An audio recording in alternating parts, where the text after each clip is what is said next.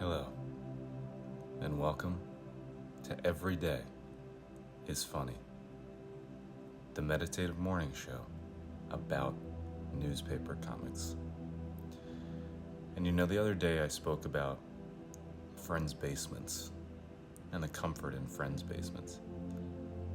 And I think that led me down to the idea I'm about to share, because it seems somewhat adjacent.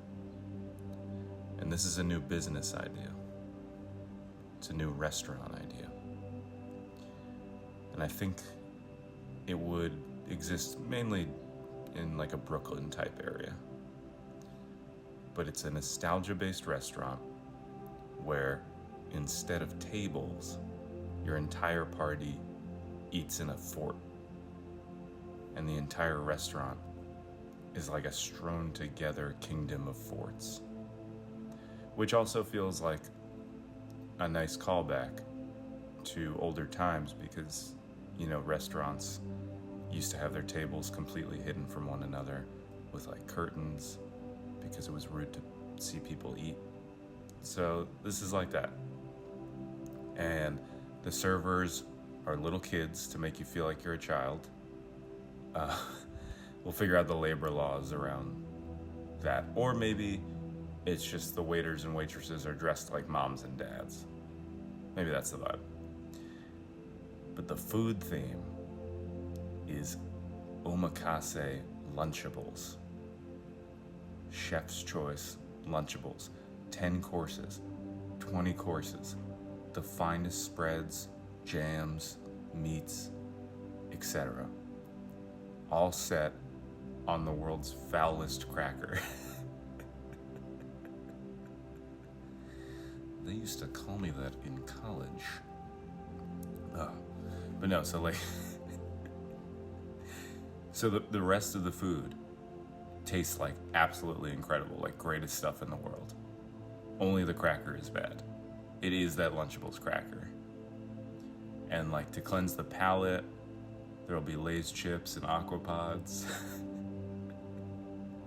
The checks are written in crayon.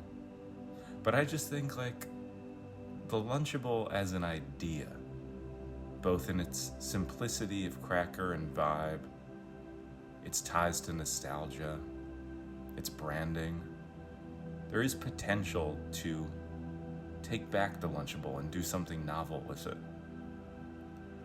And I think a fort restaurant is kind of the natural extension. So I don't know, let me know what you think. The food would be good and the chefs would be like actual chefs. Chefs wouldn't be kids. Chefs wouldn't be people dressed as parents. Chefs would just be chefs because you can't see them. I just want to stress that part as well. So let me know what you think. everydayisfunnyshow@gmail.com. Also, please submit to our latest caption contest because I'll probably read those out on Saturday. And I think as of right now, there's one submission. So if that remains the case, I'll be upfront about it, but I'm gonna do a bunch of fake names and submit my own captions so we have more. And so if you don't want that to happen, because they're probably gonna be really lame jokes, please send something in. Alright, let's get to the comics. Alright, let's start with some High and Lois. We haven't done that in a while. We see the baby of the family. Oh my god. Looking at a sunbeam again. The baby's thinking, Mommy said today is the longest day of the year. You can sleep a little later tomorrow, sunbeam. Why is this kid obsessed with sunbeams? We've read at least 2 to 3 other High and Lois comics that not only address this baby's love of sunbeams, but are entirely focused on this baby's love of sunbeams. It's such a fascinating relationship because I don't know this to be a thing. Like babies really obsessed with the sun or sunbeams. But this child, it's like all they have. Also, look at the panel here. I mean, a beautiful illustration of the sun, a classic circle. But what's interesting is the window changes. First, it's like this white barred window so the baby can't get out. And then the very next panel, it's just an open window with some blue shutters that looks like it's part of a completely different house. I don't know how it would be difficult to keep consistency there. But why is it always about sunbeams? Oh my gosh. This baby's gonna have the worst eyesight. She keeps staring at the sun every day and romanticizing the beams. I'll tell you something. You may love the sun does not care enough about you to protect your eyes, because it will go after him. Don't trust the sun. As the Velvet Underground said, who loves the sun? And I would like to make a 2024 version of that song with added lyrics, The Baby. That was a good joke if you didn't get it. Alright, let's move on. I really am fascinated by this love of sunbeams. I'd like to talk to the author about it. Let's do some Zippy the Pinhead. It's been a minute. Okay, already frightening. It's called Nobody's Puppet, and we see a ventriloquist dummy propped over a chair in a very strange manner. The headline says, Dollboy realized one day that he could exercise no free will over his body. The doll says, how long do I have to remain in this awkward position? Some dim-witted kid was playing with me, but when he got bored, he tossed me onto this office chair. What now? Must I wait until some other idiot picks me up, fiddles with my tuxedo, then leaves me lying on the floor? Haven't these people ever seen the movie where a ventriloquist dummy comes to life and kills them in their sleep? Jesus Christ. I mean, it is true though. I don't know why there is a ventriloquist dummy located in an office and why a kid was playing with him and then put him in an office chair. Do they have like a weird dad collector? Also, I don't think there's much of a threat if the dummy prefaced this by saying, I have no free will over my body. Like, I don't think there's any danger then of you killing people if you can't have free will over your body. Unless some inciting incident happens, like in the movie, like a thunderstorm. Brings the soul of a thief into you. And they have no point in life but to exact terror. That's the only reason I could see this happening. And like, what do you want them to do? Do you want to just sit? If you have this ability to exist, do you want no use in life? You just want to sit where you can't move at all and no one's going to move you? Like, what do you want? Share some goals. Don't just complain. Offer solutions, dummy. Alright. Rex Morgan time. Yesterday, we were at the point where friends were still gathered around the lunch table, talking about the bully incident, with one friend saying they needed to stick together to fight the bully. Let's see where we're at now. Okay, we see Corey and Parker in the hallway later. Headline, Parker and friends try to avoid the bully.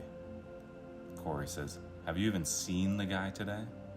Parker says, not yet. Maybe he's not in school today.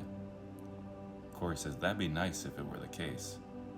Parker says, I'd like one day without having to watch over my shoulder. That kid seems determined to beat me up. Alright, this might be the most boring episode of Rex Morgan. No action, worried about a thing that's not happening, talking about people in the most vague of terms. Like, why is the author not giving the bully just a first name? Is there any harm in that? Is there a reason we're avoiding the first name? I don't get it. Yeah, truly nothing going on here. And as a friend texted me yesterday with a good point, are we done with the open mic comedy night that was suggested like 2 weeks ago? Corey was gonna do an open mic night, and they've definitely, like, in the storyline passed that day. That day came and went, and that would have been an actual story beat with something new happening and different kind of dialogue. I would think it'd be more interesting for the author to write about, to illustrate, but nope. Seems like that day came and went, and we got no feedback on how it went. Just a truly abandoned plotline. The author is like, I think the people want to see more about a bully with no name. The bully with no name is a cool kind of like Clint Eastwoody archetype that you don't see about. Like the kind of silent bully that just kind of menaces and then retreats. That's not this bully. This bully is the complete opposite of that. But the bully with no name. That's a cool young adult novel idea. Alright, let me think of what to comment. It's gonna be hard because there's not a lot going on here. Okay, my comment's gonna be a strange, vague scenario that explains the bully's absence. And it's first a headline. Meanwhile, at bully training, the bully says, "I'm gonna be late."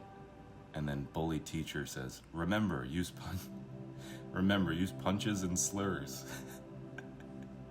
So before school, the bully goes to bully training, where a bully teacher teaches him how to bully. Thank you. Send. Alright. Time to wind down for this Thursday, June 20th. Go out there. Have a lovely day.